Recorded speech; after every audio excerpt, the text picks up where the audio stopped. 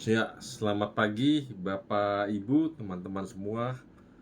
Semoga kita semua dalam keadaan sehat selalu ya, Bapak, Ibu. Oke, semua sudah sarapan, Bapak, Ibu semua? Oke, kalau sudah ya pasti kayaknya sih sudah ya Bapak, Ibu, karena kelihatannya semua itu kelihatan segar dan semangat. Oke ya.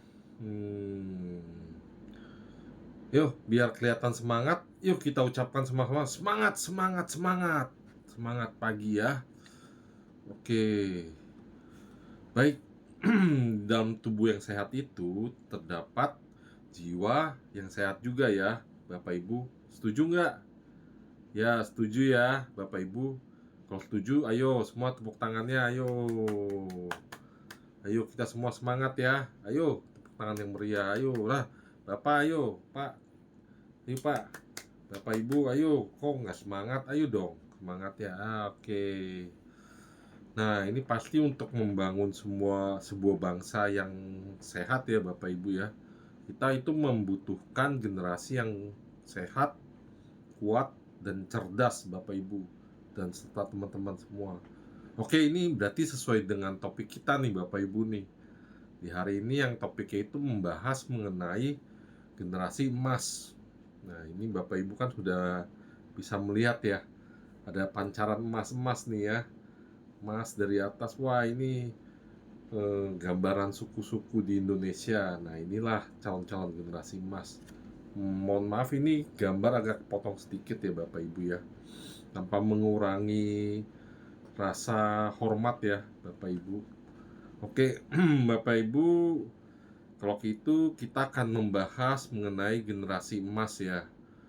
Kalau membahas generasi emas, kalau di tahun 2025 ini kan kita pasti membahas bagaimana sih tentang kelanjutannya nanti dari 2025 ini ke 2026. Ya, terutama kalau kita membahas itu mengenai generasi. Generasi itu kan pasti Bapak Ibu ini pasti generasinya dimulai dari generasi baby boomers dulu ya, Bapak Ibu kan. Setuju ya? Dan kemudian dilanjutkan oleh teman-teman di sini generasi X, generasi Y yang kita sebut dengan milenial. Kemudian yang paling muda adalah generasi Z atau Gen Z sebut ya sini. Atau ada yang lagi mungkin generasi Alpha. Generasi Alpha kan suka begini nih. Mukanya Sigma, cool artinya ya Bapak Ibu. Nah, ada gak nih dari adik-adik semua nih? Wah, kalau ada seru nih ya untuk membahasnya nih, semakin seru aja nih ya. Oke, bisa kita katakan bahwa semua generasi di sini Bapak Ibu ya, dari generasi yang paling tua itu sampai dengan yang paling muda, pasti ada sumbangsinya Bapak Ibu ya dan teman-teman. Kontribusinya juga pasti ada untuk pembangunan Indonesia. Ya, yang paling berperan penting pasti kan tidak bisa dari satu generasi aja. Nah, di sini kan pasti tiap generasi itu memiliki keunikan masing-masing ya Bapak Ibu dan teman-teman. Ya, terutama misalnya untuk generasi Z nih yang paling muda nih, pasti waktu pertama kali lahir langsung disuguhi handphone oleh mama papanya ya. Oe oe langsung tahu apa itu yang sebut dengan Cocomelon. Nah, kalau yang generasi-generasi di atasnya lagi yang terutama tadi ya yang kakeknya mungkin ya. Kalau kakeknya itu kan pasti nggak ada tuh seperti hal-hal seperti itu. Biasanya tuh lebih ke misalnya tahulah kalau pagi-pagi itu pasti apa sih? Pagi-pagi bunyinya apa kalau pagi? Bukan Cocomelon dong, kukuruyuk. Nah, itu Bapak Ibu yang membedakan ya. Ya, makin seru ya Bapak Ibu ya. Oke, kita masuk ke yang paling inti nih. Sekarang nih, saat ini nih. Untuk generasi-generasi seperti ini nih, ya 5 sampai 10 tahun ke depan, generasi emas 2045 ya kita sebut ya. Karena di sana di tahun tersebut pasti di mana populasi Indonesia itu mencapai puncaknya, di mana dilahirkan generasi-generasi penerus bangsa yang di mana sudah menginjak umur untuk usia kerja ya Bapak Ibu ya. Jadi diharapkan di 2045 itu kita memiliki tenaga kerja yang sangat produktif.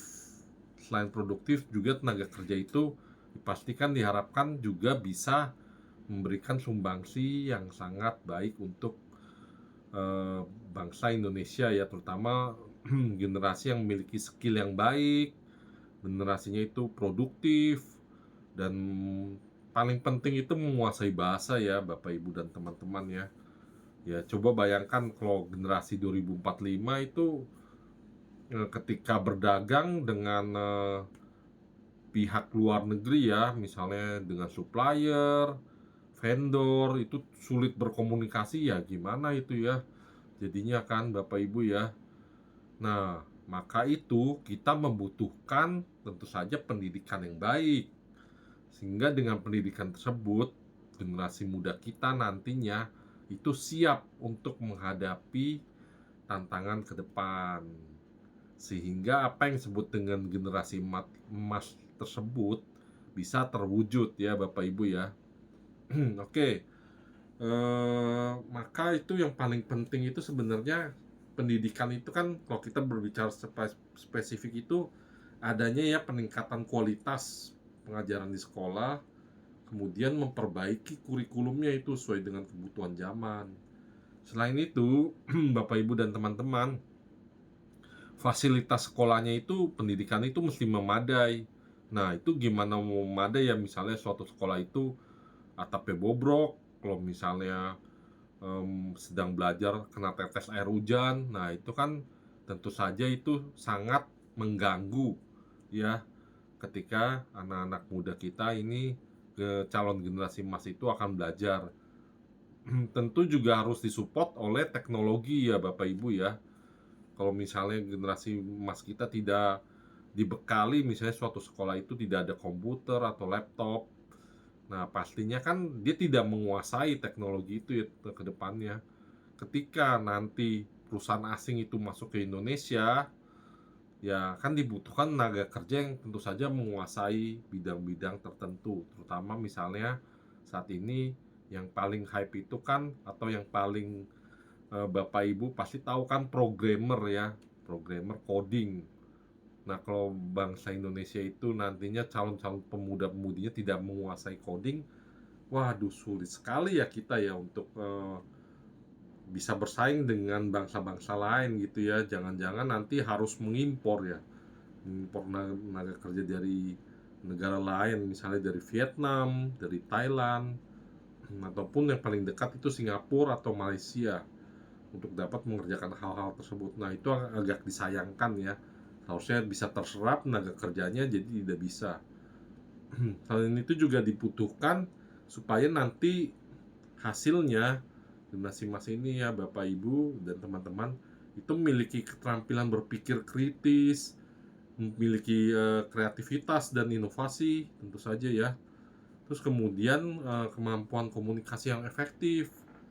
Bagaimana misalnya tidak menguasai komunikasi ketika akan bernegosiasi kan nanti agak sulit ya Bapak Ibu ya.